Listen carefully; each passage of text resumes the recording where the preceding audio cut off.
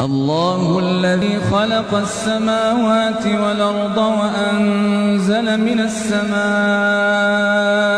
ماء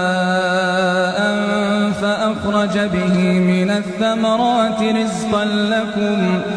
وسخر لكم الفلك لتجري في البحر بأمره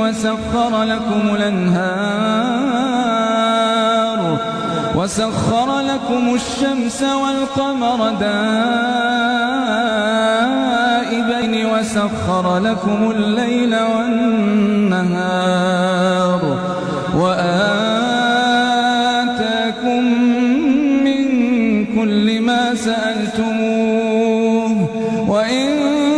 تعدوا نعمة الله لا تحصوها إن الإنسان لظلوم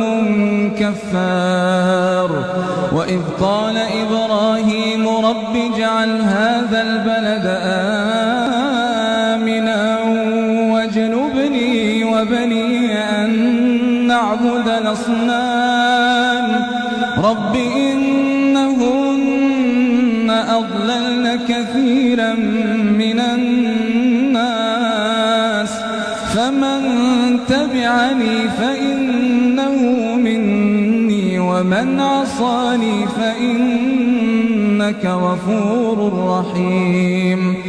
ربنا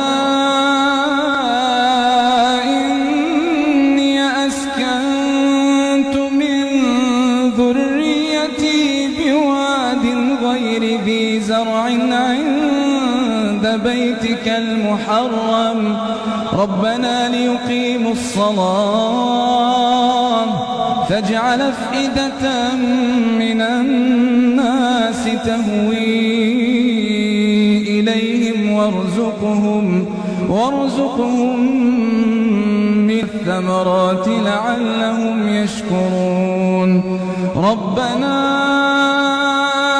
إنك تعلم ما نخفي وما يخفى على الله من شيء